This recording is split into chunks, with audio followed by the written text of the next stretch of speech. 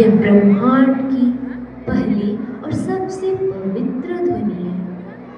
यह वह नाद है जिससे सृष्टि का आरंभ हुआ था। सृष्टि से पहले गहरा अंधकार और शून्यता थी। तभी परमात्मा ने ओम का उच्चारण किया और यह पूरे ब्रह्मांड में गूंज उठा। ओम को ब्रह्मा, परम सत्य और ईश्वर का स्वरूप माना जाता है। यह केवल एक ध्वनि नहीं, बल्कि एक पूर्ण आध्यात्मिक और वैज्ञानिक अभ्यास है जो हमें स्वयं और ब्रह्मांड से जोड़ता है। अक्षर से ब्रह्मा जी उत्पन्न हुए, जिन्होंने सृष्टि का निर्माण किया।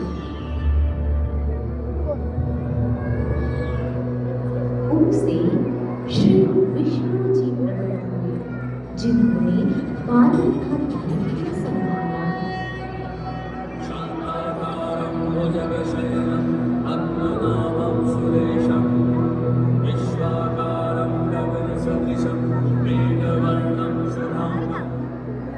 मां से महादेव जी प्रकट हुए, जो संहार के अधिपति बने।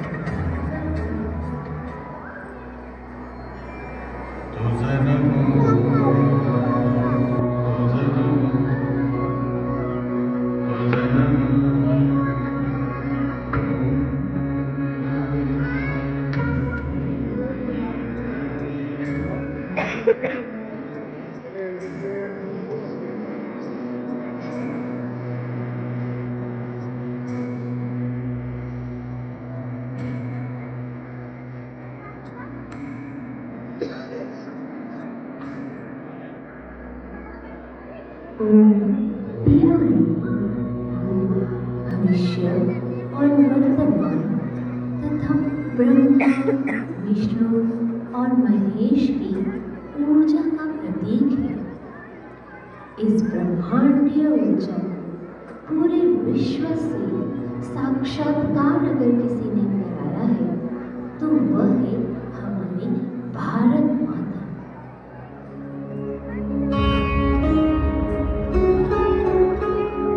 भारत माता का स्वर्णिम इतिहास सदियों पुराना है।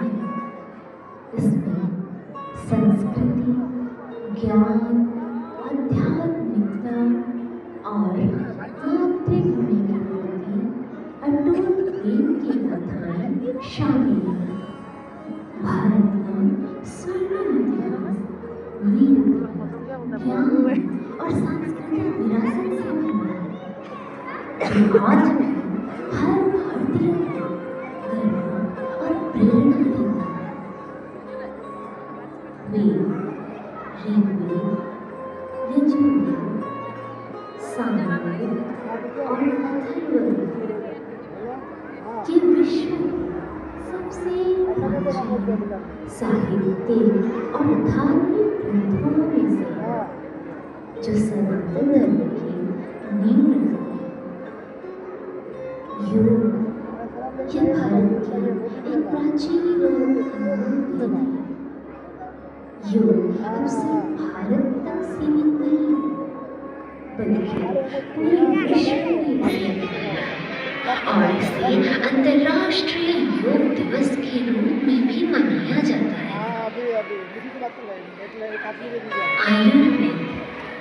आयुर्वेद भारत की एक अमूल्य विरासत है, जो अब विश्व स्तर पर पहचान बना रही है।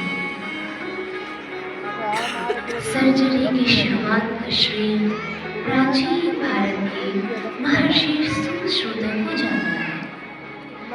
सर्जरी की नींव रखने और उसे विकसित करने में भारत का योगदान बहुत गहरा है। शून्य की अवधारणा या आविष्कार गणित में क्रांतिकारी था। शुरू में सर्वप्रथम हमारे भारतवर्ष ने ही पूरी दुनिया को दिया। तभी तो पूरी दुनिया ने तारों की भाषा सीखी। हमारे भारत का स्वर्णिम इतिहास अनंत है।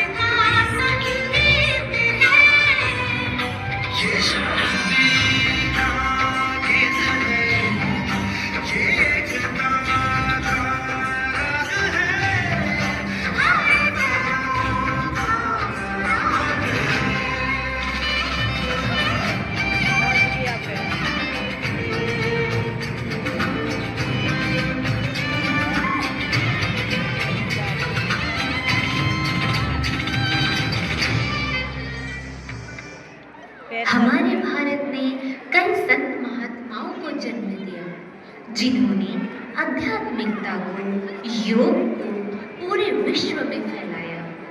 इन्हीं में से एक है स्वामी विवेकानंद।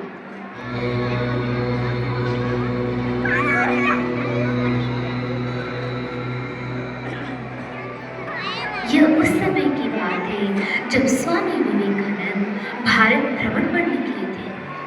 भारत भ्रमण के दौरान उन्होंने अपने देश में व्याप्त भूखमरी और गरीबी को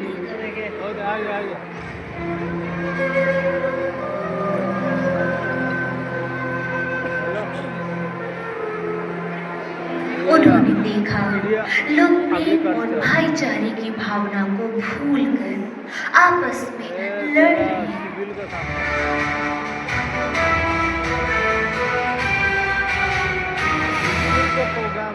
चारों तरफ लोग अज्ञानता और अंधविश्वास से घिरे हुए थे। मेरा बेटा पार्टी निकल लिया, उसका नंबर आया ही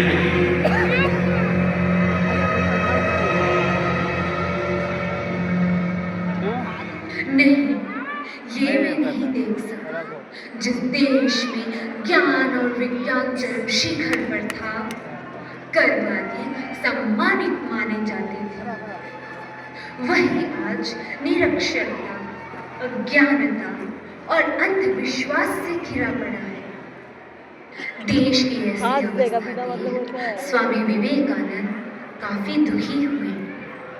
ये सब सोच विचार करते हुए वे कन्याकुमारी के समुद्र के निकट पहुंचे।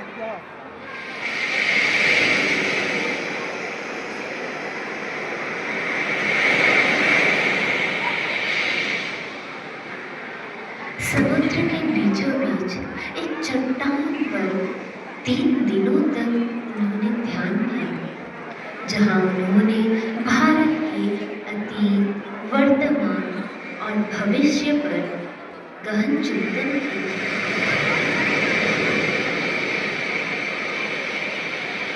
हमारा प्राचीन भारत, हमारा स्वर्णिम भारत, हमारा भारत सर्वे भवन्तु सुखिनः का भाव रखने वाला भारत था।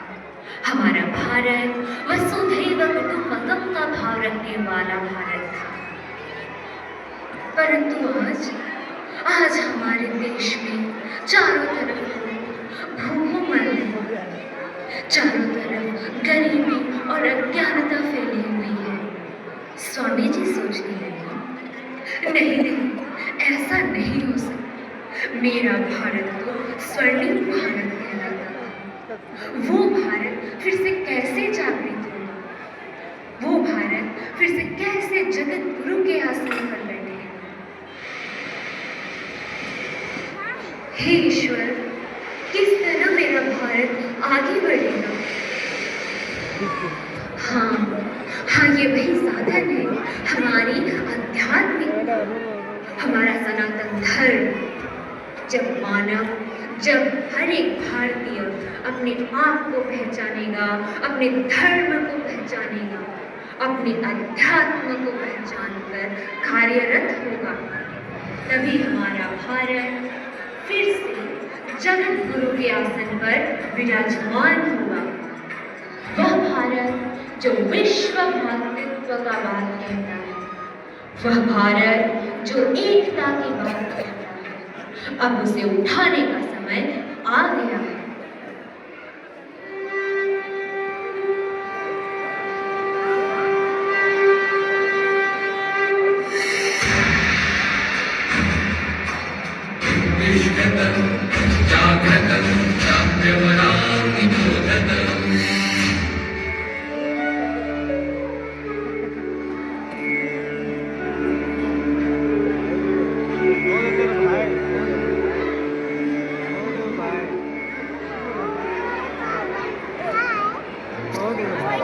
एक लाख स्त्री पुरुष जो पवित्रता के उत्साह से प्रज्वलित हों, ईश्वर में शाश्वत आस्था से सुदृढ़ हों और गरीबों, पतितों व शोषितों के प्रति करुणा से जिनके हृदय सिंह सदृश साहस से भर गए हों, वे देश के कोने कोने में जाकर मुक्ति का संदेश, सहायता का संदेश, सामाजिक उत्थान का संदेश, समता का संदेश फैलाएंगे।